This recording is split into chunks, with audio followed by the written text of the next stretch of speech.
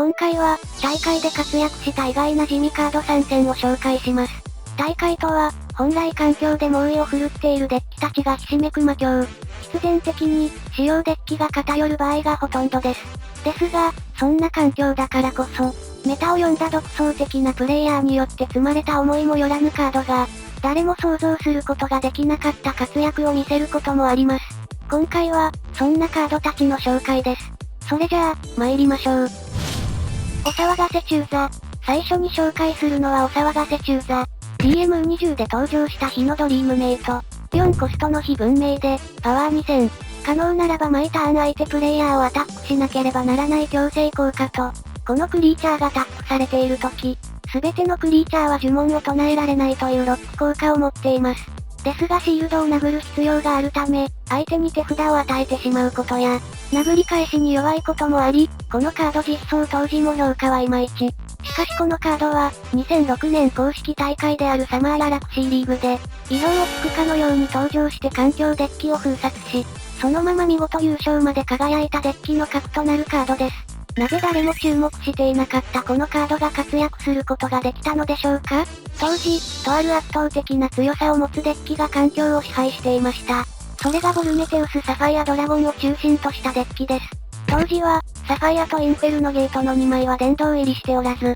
その中でもダンディナスオとインフェルノゲートのシナジーに注目した。最速4ターン目サファイア降臨も狙えるデッキ、通称ナスゲートと、そのナスゲートに有利を取れる、除去コントロールにサファイアを投入した。除去サファイアの2タイプがありました。ナスゲートに有利が取れる分、除去サファイアが優勢といったところでしょうか。この、右を見ても左を見てもサファイアしかいないこの環境を、当時のプレイヤーはサファイア地獄と呼んでいたそうです。そんな中行われた大型公式大会サマーララクシーリーグ。一体どんなサファイアが優勝するんだとみんなが固唾を飲んで見守る中、優勝したのは一匹のネズミでした。そのデッキには、サファイアは愚かインフェルノゲートも入っていません。環境を支配するサファイアに対して徹底的にメタを張った汎用性無視の構築でした。除去サファイアもナスゲートも、サファイアにアクセスするためには、必ずインフェルノゲートを唱える必要がありました。除去手段も地獄スクラッパーやデーモンハンド、エターナルガードや、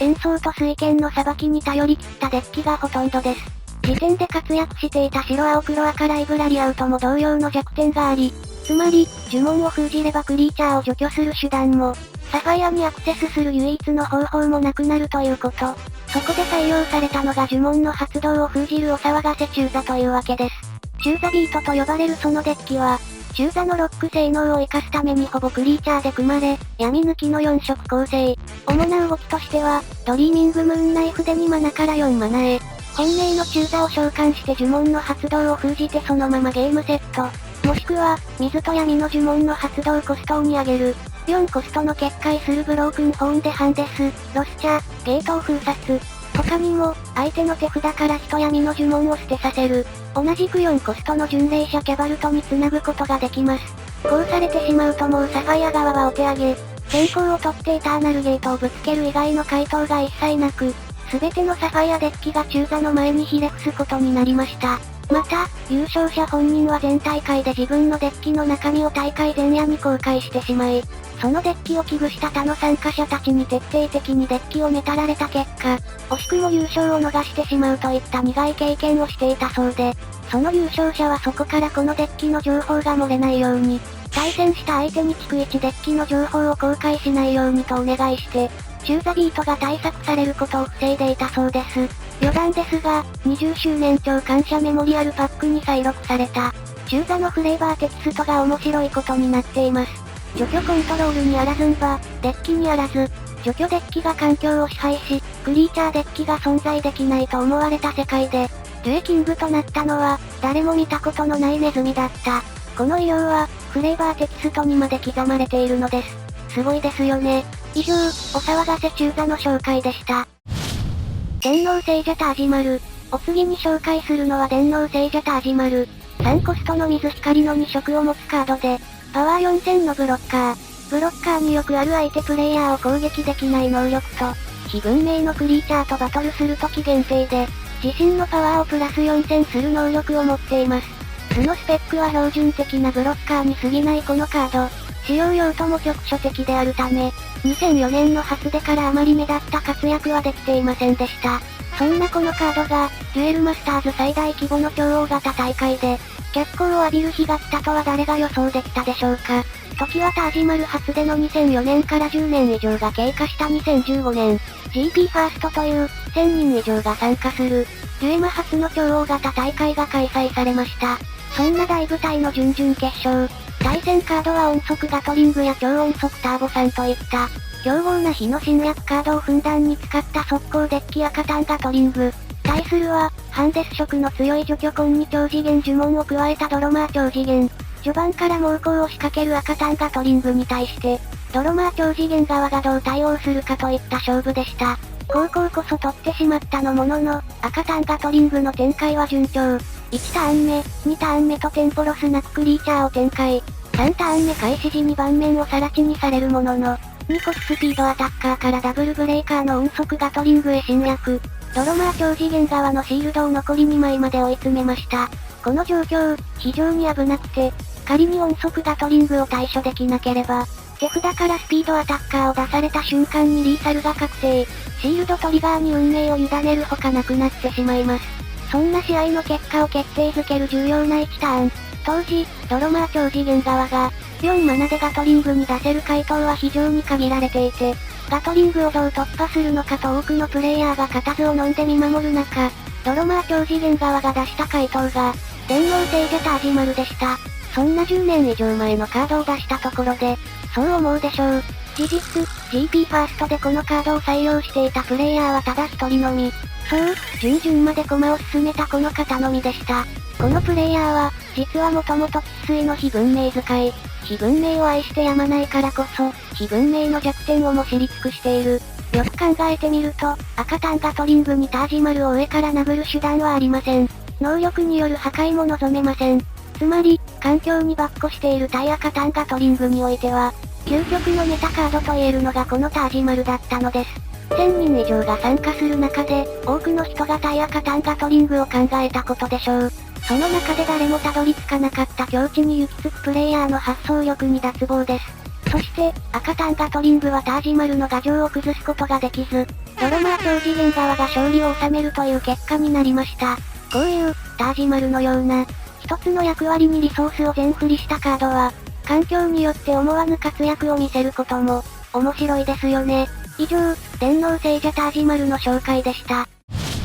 王者ガンビギニングロマノフ。最後に紹介するのは大ジャガンビギニングロマノフ。7コスト闇文明のパワー1万2000のトリプルブレーカー。進化クリーチャーで、素材は墓地の闇のクリーチャー3体。攻撃時のメテオバーン能力で、捨てた素材の数だけ相手の手札をランダムに山札の下に送る、ハンデス効果を持っています。そんなビギニングロマノフ、登場初期は活躍の機会もあったものの、相性のいいカラフルダンス山甲虫ビルジニア教の殿堂入りにより、環境から姿を消してしまったカードでした。時が進み、3から5ターン目には大型クリーチャーが飛んでくることが、日常茶飯事となったデュエルマスターズ。そんな環境で、ビギニングロマノフが活躍できる場所はどこにもない。そう思われていました。あの時まで、ことが起こったのは2018年に開催された、超大型公式大会 GP6 予選6回戦 C 席。対戦カードは、片やハンデスで相手の動きを縛りつつ隙を見て殴りにかかるデスザーク。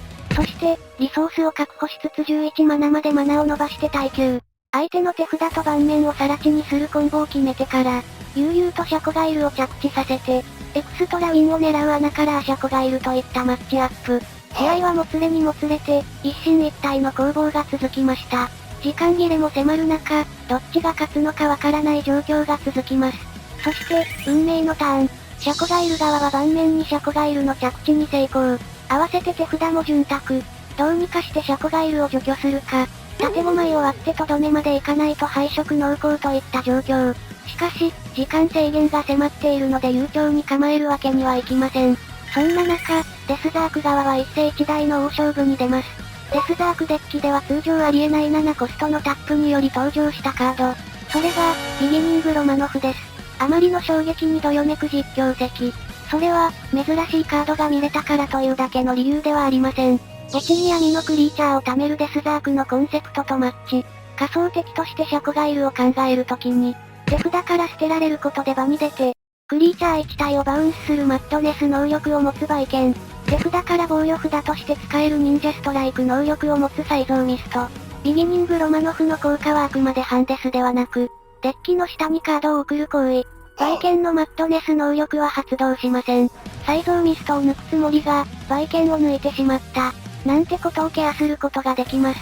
しかも、デスザークで2点、ビギニングロマノフで3点。残りは横に展開しておいた小型クリーチャーでとどめという流れも美しいです。考えれば考えるほどこの状況を見透かしていたとしか思えないビギニングロマノフ。このままの勢いでシールドを割って、相手の喉元を届かせれば勝ちです。しかし、現実はそう甘くありません。シャコガイル側のシールドトリガーテック弾の破壊号によって、5コスト以下のクリーチャーすべてを手札に戻されて、ダイレクトアタックには届きませんでした。そして、このデュエルは時間切れで、両者敗退という結末に終わりました。ですが、こんな大一番で誰もが予想していないカードに活路を見出して、見事活躍させることのできたこのデュエル、間違いなく多くのプレイヤーの記憶に残る、最高の試合となったのではないでしょうか。以上、大ジャガンビギニングロマノフの紹介でした。いかがでしたでしょうか？環境デッキにメタを張って、その結果誰もが想定しない回答を用意する、